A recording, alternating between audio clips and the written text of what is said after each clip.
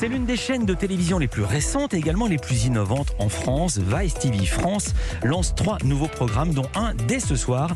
Les 2 autres vont arriver dans le mois qui vient et vous allez les découvrir en exclusivité ce matin dans Culture Média. Bonjour Romain Marsilly. Bonjour Philippe Vandel. Vous êtes le directeur général de Vice TV France. C'est vous qui allez nous présenter ces 3 émissions. Voici la première.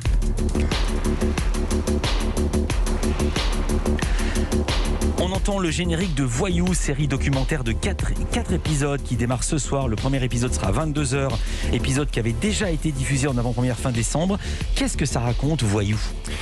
Voyou est un programme original donc, qui a été créé cette année, qui raconte les parcours, comme le nom l'indique, de voyous, qui raconte leur parcours de vie, leur rencontre avec le crime lorsque ça a eu lieu, ou avec le délit, selon les cas. Avec plusieurs profils très intéressants, François Troquins, Mouloud Mansouri, Tony Langui, donc des profils assez... Il faut dire, si vous donnez que leur nom, on ne comprend pas. C'est des profils très connus dans le métier, donc qui se sont distingués par diverses œuvres variées, on va dire, qui vont du braquage aux différents trafics, au grand banditisme. Donc ce sont des grandes figures assez connues dans le milieu, mais qui racontent de manière très pédagogique et très personnelle et très intime à la fois leur parcours d'avant, leur vie d'avant, mais surtout leur vie d'après. Parce qu'ils se sont reconvertis. François Troquins, aujourd'hui, c'est un réalisateur. Ouais. Donc c'est un réalisateur très talentueux, et c'est ça qui est intéressant dans ses parcours. C'est une série qui est incarnée par un jeune chauffeur de VTC, il s'appelle Saïdouli, il est passionné par ses anciens voyous, et lui il dit avoir flirté avec la délinquance, et j'aime bien cette phrase, il dit « Je me suis repris de justesse ». Voilà, oui. Par rapport aux opinions, on repris de justice. Alors c'est un sujet qui a souvent été traité, évidemment, les voyous.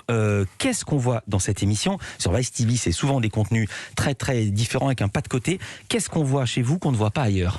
Alors, je pense que chez nous, on essaie d'avant tout mettre en avant l'authenticité, c'est-à-dire des témoignages très bruts, avec toujours une incarnation qui arrive à tisser un lien de confiance. Donc là, effectivement, Saïdouli arrive à tisser ce lien de confiance avec ses différents personnages, qui permet à des témoignages très intimes, et c'est un peu, je crois, le fil rouge de toute notre programmation. Ce qui est intéressant, c'est la manière dont ils racontent comment ils se sont réinventés. C'est vraiment ça la clé de l'émission par rapport au récit habituel de grand banditisme. Alors ça se passe pas seulement dans un bureau. Saïdouli conduit ses invités sur des lieux qui ont compté dans leur vie. Exemple dans le premier épisode, avec François Troquins, dont vous parliez, ce braqueur belge qui est devenu cinéaste.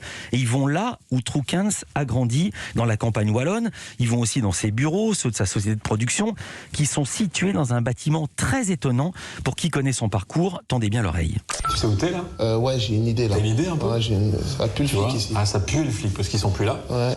Ah, pour la petite histoire, ma prod, elle se trouve dans un ancien bâtiment de la gendarmerie belge. Et donc là, t'es devenu fou, quoi. Dans un bureau de flic où il y a des mecs qui ont été interrogés, comme je suis là. Et en fait, t'es malheureusement du mauvais côté, quoi. J'espère que ça te déplaît pas trop, parce que là, t'es plutôt dans la peau du flic et moi dans le mec qui se fait interroger. Ah, tu veux pas qu'on change de place ? Non, ça va, j'ai mis ma place. T'es bien ? Honnêtement, ouais. Tu vois, j'ai changé ma vie, mais j'ai pas changé de bord. J'ai changé ma vie, mais j'ai pas changé de bord. Ça veut dire qu'il est toujours du côté des braqueurs, toujours du côté des voyous ? Il faudrait lui poser la question, mais sentimentalement... Comment vous l'entendez, vous ? Sentimentalement, oui. Après, lorsque dans ces 2 épisodes qui lui sont consacrés, qui sont très très riches, il y a beaucoup de grandes anecdotes. Et par exemple, ce qui est intéressant, c'est qu'il raconte comment il a été pris, il raconte sa cavale.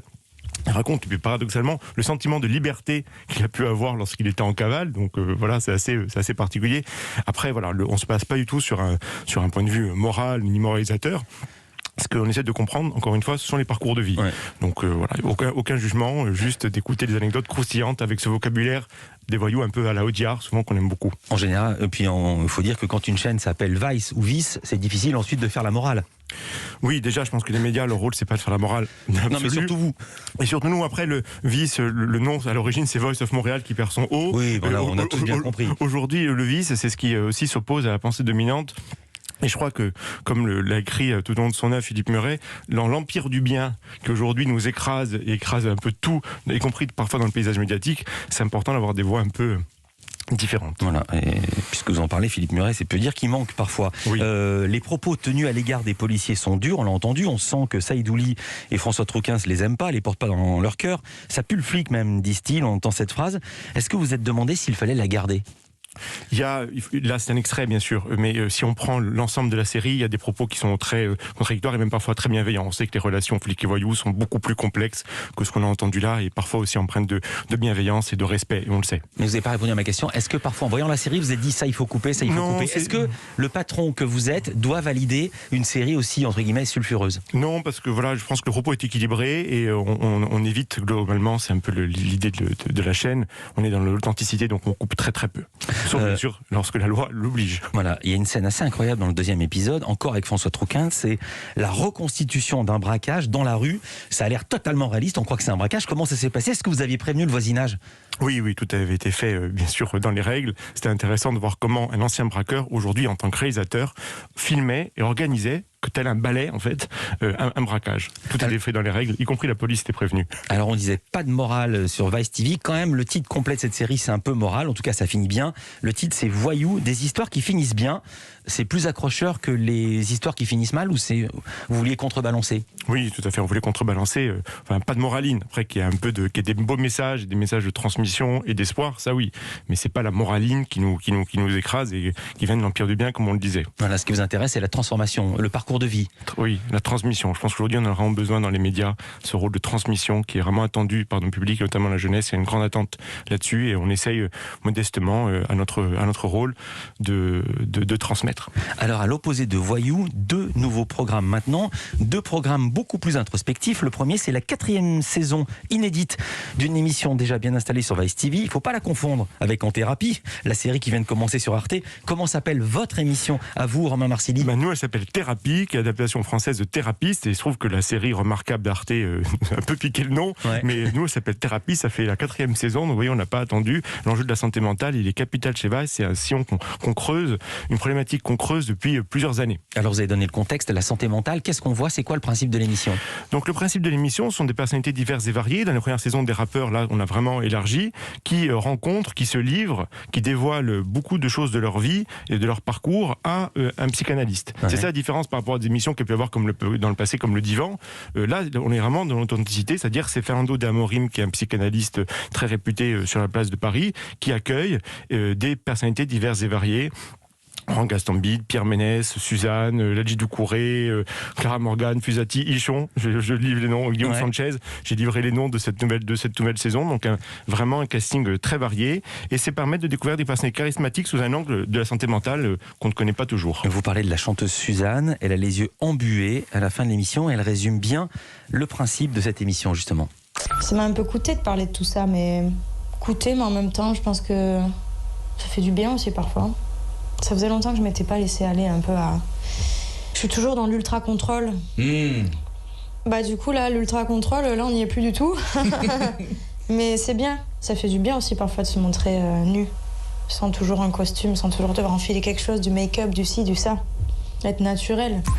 Elle n'est pas nue évidemment, mais pourquoi ne pas avoir poussé la chose jusqu'au bout, ne pas avoir allongé vos invités sur un divan? Là, ils sont assis. Oui, parce qu'on ne veut pas forcément mettre en scène. Tous les psychanalystes ne reçoivent pas sur un divan, donc on la joue de manière sobre, sans en faire des tonnes. Là, effectivement, elle raconte dans cette émission toutes les souffrances pour arriver là où elle est arrivée. C'est intéressant. Mais aussi, vous faites de la télévision, donc de l'image. C'est peut-être aussi pour vous différencier de l'émission Le Divan, présentée, créée par Henri Chapier, puis reprise par Marc-Olivier Fogiel. Tout à fait. Et sauf que voilà, ces 2 personnalités n'étaient pas psychanalystes. Là, c'est vraiment la différence. C'est-à-dire qu'on on ne surjoue pas. C'est des émissions de qualité, bien sûr, mais là, on est vraiment sur un angle beaucoup plus précis et pointu en termes d'entretien et non pas d'interview. Et vous n'aviez pas une 3e nouveauté à annoncer? On marque une pause. Romain Marcilly, le directeur général de Vice TV France, dans un instant. À tout de suite. En compagnie de Romain Marcilly, c'est le directeur général de Vice TV France. Vous êtes venu nous annoncer 3 nouveautés. Voici la 3e et la dernière, là encore, exclue dans Culture Média, une toute nouvelle émission. Oui, toute nouvelle édition, un format original Vice dont on est fier, qui s'appelle Mirror. Mirror comme un miroir? Mirror comme un miroir, exactement. L'idée était de confronter des personnalités très diverses, on va y revenir, à leurs archives. Alors pas les archives forcément les plus connues, mais des archives qui ne sont jamais anecdotiques, mais qui en disent beaucoup de leur parcours, des ressorts de leur engagement. C'est ça un peu le fil rouge de l'émission. Pourquoi vous êtes engagé? Qu'est-ce qui vous a mené à créer cette œuvre, qu'elle soit politique, artistique ou autre? Et il faut raconter aussi le dispositif visuel. Un dispositif visuel qui, je pense, est assez impressionnant et assez esthétique. Nous, c'est très important. On essaie de raconter le monde comme il est, mais de toujours garder un style et un esthétisme. C'est une question de respect à la fois pour les invités, mais encore plus pour nos téléspectateurs. Donc, l'émission s'est tournée dans un hangar. On va dire les choses telles qu'elles sont. Et il y avait un mur d'archives auquel l'invité faisait face, avec une question qui était posée sans voix off, donc d'une manière ultra simple, ultra authentique, ultra brute. Ouais. L'invité lit la question, il répond, ça lui permet vraiment un parcours, vraiment une réponse très très immersive. Et tout le dispositif est très immersif, aussi bien pour l'invité que pour le téléspectateur. On se sent englobé dans un mur d'images et l'invité au milieu. Oui, c'est pas seulement comme la boîte à questions toute blanche de Canal, c'est beaucoup plus... Visuellement, ça, c'est pas dégueu. Donc on voit vraiment un beau dispositif et puis surtout pris dans un mur d'images. Un invité face à leurs œuvres, face aux premières archives. Et parfois, c'est très souvent le cas même, ils connaissaient les images, mais ça faisait depuis très longtemps qu'ils ne les avaient pas vues. Et parfois, ils ne les avaient même jamais vues. Donc, par exemple, dans le casting, peut-être qu'on va en parler. Mais... Je vais parler du casting. Oui. Je voudrais qu'on entende un extrait. Avec plaisir. Où on a parlé de la mise en image, on va dire un mot du fond. L'invité peut dire alors des choses qu'il a rarement dites, voire jamais. C'est le cas, par exemple, de l'avocat Richard Malka. Vous lui montrez l'interview qu'il avait donnée à la fin du procès des attentats de janvier 2015, après sa plaidoirie. Voici ce qu'il dit, Richard Malka. J'ai jamais pu regarder cette intervention faite à la fin de ma plaidoirie. J'ai du mal à me regarder parce que là, je suis en loc. Je suis épuisé physiquement, psychologiquement, moralement. C'est un procès qui, pour moi, remuait évidemment beaucoup de choses. La pression était colossale. Je suis arrivé en béquille parce que mon hernie discale s'est réveillée. Et puis, c'est juste après ma plaidoirie que moi, j'ai mal vécu. Je sais qu'elle a eu un retentissement et j'ai fini par me convaincre que ça ne devait pas être si mal. Mais pour moi, c'est un des pires souvenirs de ma carrière. J'ai eu l'impression, pendant 1h15, de passer complètement à côté des choses, de l'audience, j'ai eu l'impression de foirer, quoi. C'est évidemment le procès Charlie Hypercacher. J'ai eu l'impression de foirer, dit Richard Malka. Je n'avais jamais entendu l'avocat dire ces mots. C'est ce que vous cherchez dans cette émission Mirror, des confidences inédites de vos invités. Tout à fait, sans aucun voyeurisme. C'est une histoire de comprendre comment ils ont vécu ces moments, comment ils ont nourri leur parcours. Et c'est un moment très fort de l'émission, effectivement, celui que vous venez de mentionner. 9 numéros sont prévus pour Mirror pour cette saison. Qui sont les invités, en plus de Richard Malka, évidemment? Alors nous avons eu le plaisir de recevoir François Hollande, une émission très intéressante où il revient sur les ressorts de son engagement politique et voit des images assez anciennes de la Corrèze à son mandat récent avec les images sous la pluie. Il revient beaucoup sur le temps, etc. Ça allait être ma question, vous lui passez aussi des images désagréables? Tout à fait, bien sûr. Pas seulement des images à salle noire. Non, le but n'est pas, on n'est pas Michel Drucker qui, voilà, non, le but c'est aussi de confronter parfois l'invité à certaines de ses contradictions, ou à certaines de ses échecs, ou à certaines de ses difficultés. Pardonnez-moi, je l'ai pas vu, j'ai trop envie de savoir qu'est-ce qu'il dit quand il est dégoulinant sous la pluie et cette image désastreuse qui a fait le tour du monde. Bon, faut voir l'émission. Je vais pas tout spoiler. C'est le 24 février à 21h. Non, il raconte qu'il fallait se mouiller, que lui, ces images-là sur l'île de Sein, ce fameux discours qu'on lui montre, il disait que pour lui, c'était totalement réfléchi, même si beaucoup de ses conseils avaient dit prends un parapluie, il avait dit j'y vais parce qu'il fallait se mouiller. Voilà, au sens propre du terme. Qui d'autre? Alors nous avons un très beau double numéro, vraiment magnifique et très poétique avec Oxmo Puccino, qui se livre, je pense, comme assez rarement, voire comme jamais.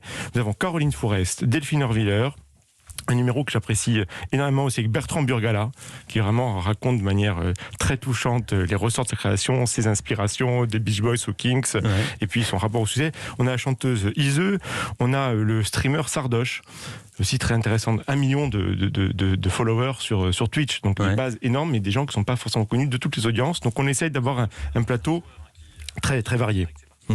Sardoche, c'est un joueur qui diffuse en direct ses parties.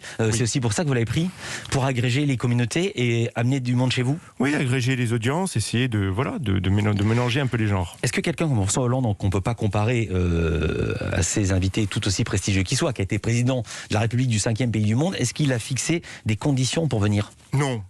C'était très, très, très libre. Il y a eu une relation de confiance. Donc il n'y a pas eu de problème par rapport à ça. Ce sont 2 émissions d'introspection, ces nouvelles émissions Mirror Thérapie, dispositif très intimiste. Vous n'avez pas peur que ça effraie les jeunes dans ce contexte de situation d'enfermement? Non, justement, je pensais aussi dans l'air du temps. On a été beaucoup face à nous-mêmes pendant ces périodes de confinement. On a également fait un très beau documentaire qui s'appelle Census, où on a filmé les jeunes pendant le confinement en novembre-décembre, partout en France, Nice, Chartres, Paris, Bordeaux, Lille, qui est un très beau documentaire qui est toujours disponible en replay sur MyCanal, où on essaie de comprendre leur rapport au confinement, leur besoin de liberté, parce que la jeunesse, on ne va pas la résumer en un mot, elle est très diverse, très polarisée, parfois archipélisée, mais en tout cas, il y a quand même des choses qui reviennent souvent, la volonté de liberté, la volonté de responsabilité, c'est aussi quelque chose qu'on entend beaucoup. Et cette période-là a permis cette introspection. Et finalement, ces 2 programmes-là, bien que très différents, Mirror et Thérapie, vont dans ce sens, et dans le sens de comprendre les invités et leurs messages ainsi. Est-ce que vous avez cassé votre tirelire pour ces 3 émissions ? Combien ça coûte des émissions comme celle-ci ? Ne parlons pas d'argent. Est-ce que ça se compare avec le budget d'une émission télé ? Ou est-ce que vous avez un modèle économique totalement différent ? Tout à fait. C'est tout à fait de la télé. Donc on est à 100% là-dessus. Ça a une dimension digitale, le site que tout le monde connaît, mais la déclinaison de l'identité de la marque à la télé, mais des moyens et les exigences, et je pense que ça se verra aussi à l'image de la télé, et toutes ces images-là, quand on est distribué en exclusivité en France par Canal, et lorsqu'une grande partie de notre audience est en replay sur MyCanal, on doit avoir des critères d'exigence très, très élevés, forme et fond. On peut vous voir sur le site ou sur MyCanal, et nulle part ailleurs, si je puis me permettre. C'est une galaxie Vice TV. Est-ce que ces formats, vous allez les exporter sur les autres Vice TV, aux États-Unis, au Canada, et aussi à d'autres chaînes ? Alors Mirror Cocorico, c'est un format français, donc je pense que lorsque les Anglais et les Américains, dans les tout prochains jours, parce qu'on vient de finir le montage, vont voir ça, je crois qu'ils vont pouvoir le reprendre, et on a déjà eu beaucoup de marques d'intérêt là-dessus. Thérapie, c'est plutôt nous qui avons pris un format américain. Donc les idées circulent dans les 2 sens, ce qui est positif. D'accord. Merci beaucoup, Romain Marsili. Merci à vous. Vous êtes le directeur général de Vice TV France, chaîne, comme vous l'avez dit, archipélisée. Voyou, le premier épisode, c'est ce soir à 22h. Mirror, dans 2 semaines, à partir du 24 février, ce sera à 20h10. Et puis le même horaire pour la saison 4 de Thérapie. J'ai dit 20h10 et 21h10. Et puis le même horaire pour la saison 4 de Thérapie. Il faudra attendre un petit peu plus. Le lancement, le 15 mars. Merci encore, Romain Marsili. Dans un instant, le chef 3